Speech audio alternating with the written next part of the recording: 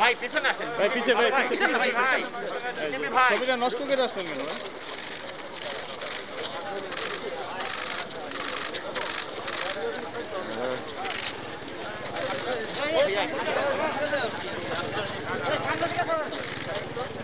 এনএক্সের সামনে আসেন এই দুবে ধরেন না আমাদের দেখতে ভাইয়া একটু আপনারা পেছনে যান একটু পেছনে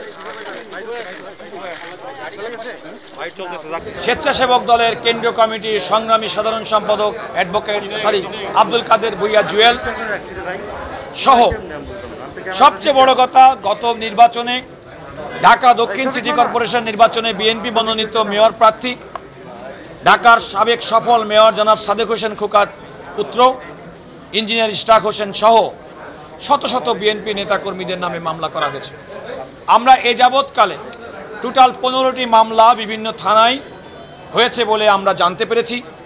আজকে আমরা আমাদের নেতৃবৃন্দ টোটাল 120 জন নেতৃবৃন্দ যাদের আমরা জামিন আবেদন করেছিলাম, আমরা মাননীয় বিচারপতি জনাব হাবিবুল গনি এবং মাননীয় বিচারপতি জনাব রিয়াজউদ্দিন খানের সমন্বয়ে গঠিত দ্বৈত বেঞ্চে আগাম জামিন চেয়েছিলাম। আমাদের প্রত্যেকটি নেতাকর্মীকে আদালত আগাম জামিন দিয়েছেন।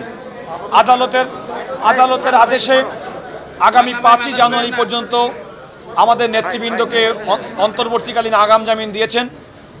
এর মধ্যে প্রত্যেককে ঢাকার metropolitan CMM chief metropolitan magistrate আদালতে ওনাদেরকে জামিননামা দাখিল করতে হবে, যেটা হচ্ছে আইনের শর্ত। এবং এই সময়ের পরে প্রত্যেককে ঢাকার মেট্রোপলিটন সেশন জাজ অর্থাৎ মহানগর দায়রা জজে সারেন্ডার করতে হবে। এবং আমরা বিশ্বাস করি এই রাজনৈতিক মামলা মিথ্যা হয়রানিমূলক মামলা, যেটি আমরা আদালতকে সন্তুষ্ট করতে সক্ষম হয়েছি যে প্রত্যেকটা রাজনৈতিক নেতাকর্মীর পরিচয় সহ শত শত ব্যক্তিকে মামলায় আসামি করা হয়েছে। এটা সম্পূর্ণ রাজনৈতিকভাবে উদ্দেশ্য প্রণোদিত। আমরা আদালতকে এও দেখেছি যে পত্রিকায় রিপোর্ট ছাপা হয়েছে যে মামলার বাদীকে দিয়ে এতজন শত শত বিএনপি নেতাকর্মীকে আসামি করা হয়েছে, সেই বাদী নিজেই জানে না তিনি মামলার বাদী। এমন ভুতুড়ে এমন আজগুবি মিথ্যা মামলায় আমাদের বিএনপি নেতাকর্মী অঙ্গ সংগঠনের নেতৃবৃন্দ আজকে আদালতের সামনে শরণাপন্ন হয়েছেন। আমরা খুশি এই মনে যে আজকে আমাদের নেতৃবৃন্দকে এই মিথ্যা হয়রানিমূলক মামলায় আগাম জামিন মঞ্জুর করা হয়েছে।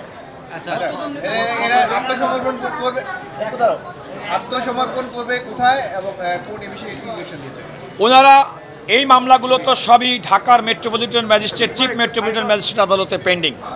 ওনাদেরকে শুধুমাত্র সেখানে বেল বন্ড জমা দিতে হবে, কিন্তু তাদের প্রত্যেককে সারেন্ডার করতে হবে মহানগর দায়রা জজ আদালতের কাছে। এবং আমি বিশ্বাস করি যে এই আদালতে আজকে যেভাবে আদালত তাদের আগাম জামিনের আবেদন মঞ্জুর করেছেন, নিম্ন আদালতও একইভাবে রাজনৈতিক হয়রানিমূলক বিবেচনায় তাদের প্রত্যেকের standing as a society in a society, তাদের রাজনৈতিক অবস্থান এবং বাংলাদেশের কোনো মানুষ দেখলো না তারা ঘটনা ঘটালো, অথচ শত শত নেতৃবৃন্দের মামলা হলো। আজকে আমাদের টোটাল আবেদন ছিল 16টি। আমরা 120 জন বর্ষাচন্দ্র রায় সহ আমরা মোট 120 জন বিএনপি নেতা মামলার জামিন করাতে সক্ষম হয়েছি। এটা 5ই জানুয়ারি পর্যন্ত জামিন। এর মধ্যে যে কোনো সময় আমরা আদালতের আদেশ যাওয়া সাপেক্ষে আমরা যে কোনো দিন দিব, কারণ এখানে যখন আমরা আজকের আদালতের আদেশের পরে যে মুহূর্তে ঢাকার চিফ মেট্রোপলিটন ম্যাজিস্ট্রেট আদালতে যখন আদেশটি যাবে সেই মুহূর্তে আমরা সেখানে বেল বন্ড জমা দিব।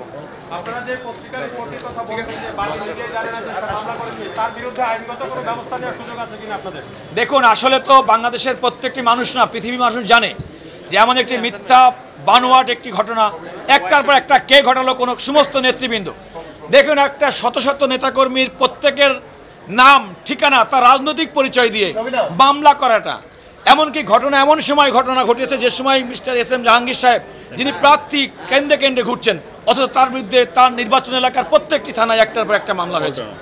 পল্টনে মামলা হয়েছে, তিনি নির্বাচন করছেন উত্তরাতে, মামলা হয়েছে পল্টনে। আরেকটি কথা বলে, আমাদের অনেক নেতৃবৃন্দ আছেন যারা অসুস্থ, যারা হাসপাতালে ছিলেন।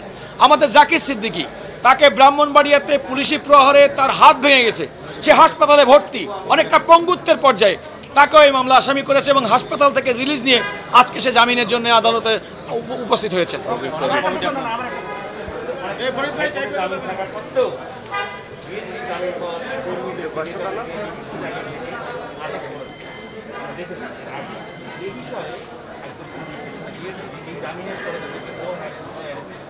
না দেখুন, এটা তো স্টেট ওয়ে জামিন, এবং আমি মনে করি দেশের সর্বোচ্চ আদালত আমাদের আবেদন বিবেচনা করে ওনাদেরকে আগাম জামিন দিয়েছেন।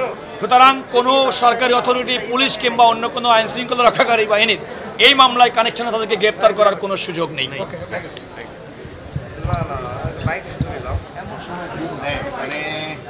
গেলেন কই?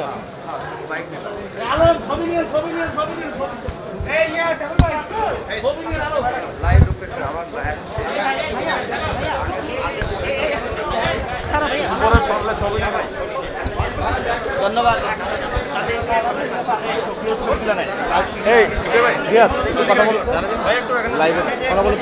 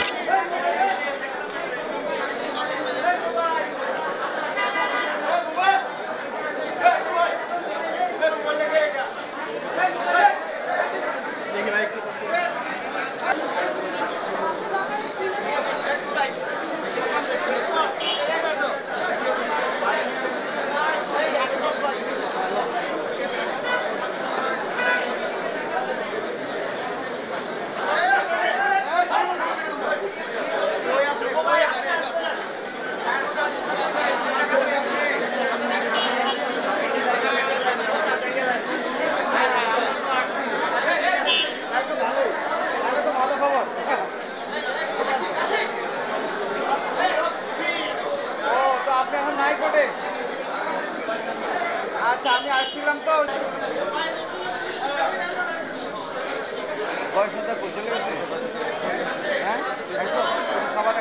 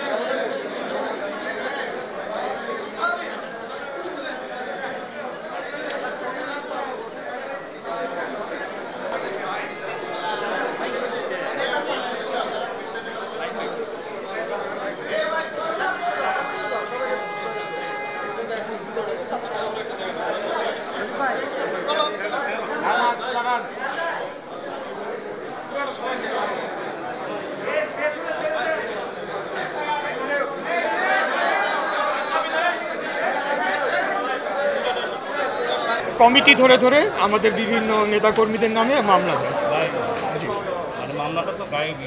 গায়েবী মামলা আর কি, এই তো গায়েবী মামলা দিয়েছে। এবং আমরা স্পষ্টভাবে বলে দিতে চাই, এই সব মামলা হামলা দিয়ে কোনো ভাবেই আমাদের আন্দোলনকে দমানো যাবে না, কারণ আমরা গণতন্ত্র পুনঃপ্রতিষ্ঠার আন্দোলনে রয়েছি, জনগণের আন্দোলনে রয়েছি। এটি আমাদের ব্যক্তিগত বিষয় নয়।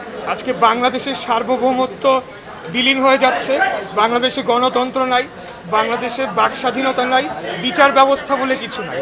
তো আমরা এগুলোকে পুনর্বহাল করার জন্য আমরা আন্দোলন করছি। সেহেতু এইসব মামলা দিয়ে আমাদেরকে কোনোভাবেই দমানো যাবে না। বরঞ্চ আমি বলতে চাই, আমি সরকারকে ধন্যবাদ জানাতে চাই, আপনারা আমাকে মামলা দিয়েছেন।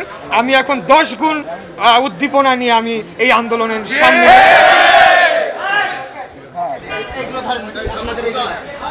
দাঁড়ান, সবাই নিবে, দাঁড়ান, দাঁড়ান।